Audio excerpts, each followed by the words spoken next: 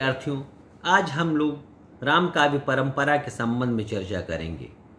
देखिए, राम काव्य परंपरा का प्रारंभ वाल्मीकि रामायण से माना जाता है, किंतु इसकी अत्यंत परिष्कृत प्रौढ़ काव्य शैली और कथा का अत्यंत व्यवस्थित रूप इस बात का प्रमाण है कि वाल्मीकि रामायण की रचना से पहले राम कथा की कोई न कोई समृद्ध परंपरा अवश्य रही होगी, जो काव्य रूप में न भी हो लेकिन लोक कथाओं में इसके बीज अवश्य विद्यमान थे।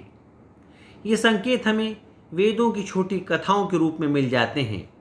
वेदों में राम कथा के पात्रों के नाम हैं दशरथ, जनक, सीता आदि। गंगा, यमुना और सरयू जैसी नदियों, अयोध्या, संगम जैसे स्थानों का उल्लेख ऋग्वेद में मिलता है।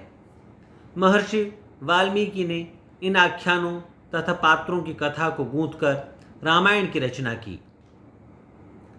यह स्मरण रखना चाहिए कि वाल्मीकि के राम एक लौकिक व्यक्ति हैं, एक आदर्श पुरुष हैं। काल प्रवाह के साथ राम कथा उत्तरोत्तर नए सांचे में ढलती रही। वह महापुरुष, महात्मा और धीरोदात्त नायक से अवतारी पुरुष बन गए।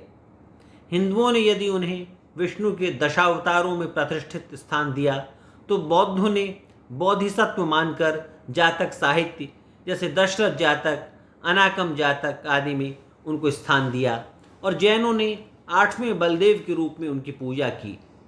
शनह शनह वो साहित्य को की श्रेष्ठ वृत्तियों के नायक बन गए, और कालांतर में भक्ति संप्रदायों के उदय होने पर विष्णु के सभी नामों में राम ही सर्वाधिक ग्राह्य हुआ। सगुण एवं निर्गुण दोनों पंथों के प्रवर्तकों ने उनकी महिमा के गीत गाए।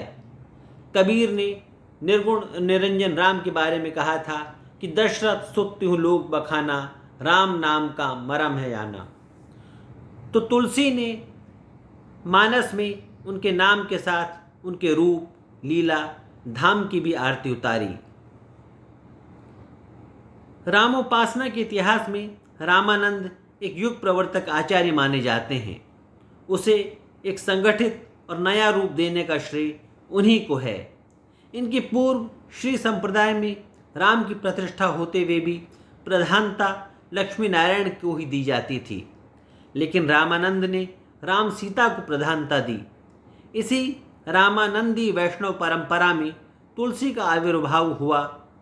यद्यपि तुलसी से पूर्व भी कई राम भक्त कवि हुए, उनमें से अधिकांश का राम साहित्य प्रायः अप्रकाशित और अप्राप्य है। अब तक जो ग्रंथ प्रकाश में आए हैं, उनमें विष्णुदास का वाल्मीकि रामायण का हिंदी रूपांतर तथा ईश्वरदास कृत भरत मिलाप और अंगद पैज उल्लेखनीय हैं। राम भक्ति धारा के कवियों में गोस्वामी तुलसीदास का स्थान सर्वोपरि है। तुलसी ने राम भक्ति को इतना उत्कर्ष प्रदान किया कि आगे की कवियों के लिए नवीन सृजनात्मक संभावनाएं लगभग समाप्त हो गईं। इनके लिखे हुए प्रमुख ग्रंथ हैं रामचरितमानस, विनय पत्रिका, कवितावली, गीतावली, रामललानछु, बरवे रामायण, जानकी मंगल, रामाज्ञा प्रश्न आदि। तुलसी के पश्चात राम भक्त कवि अधिक नहीं हुए हैं। अग्रदास ने कुंडलिया रामायण और ध्यान मंजरी में राम कथा का वर्णन किया है। प्राणचंद चौहान ने रामायण महानाटक तथा हृदय राम ने हनुमान नाटकम का सृजन किया। लालदास ने अवध विलास लिखी।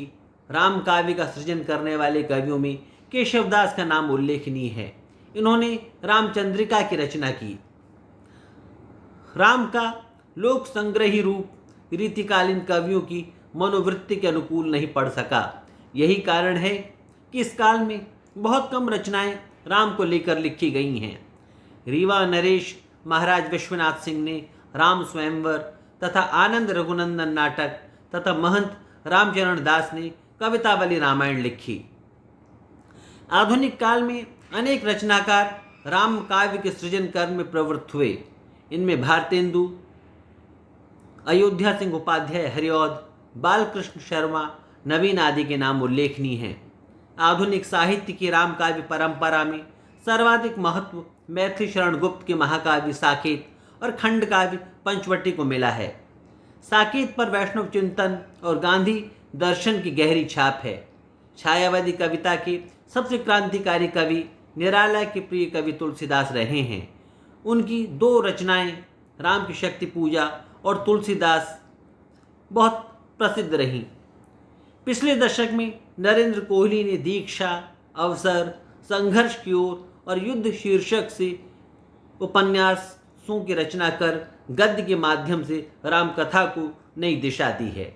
आज इतना ही। आगे हम भक्ति के अन्य पक्षों पर विचार करेंगे।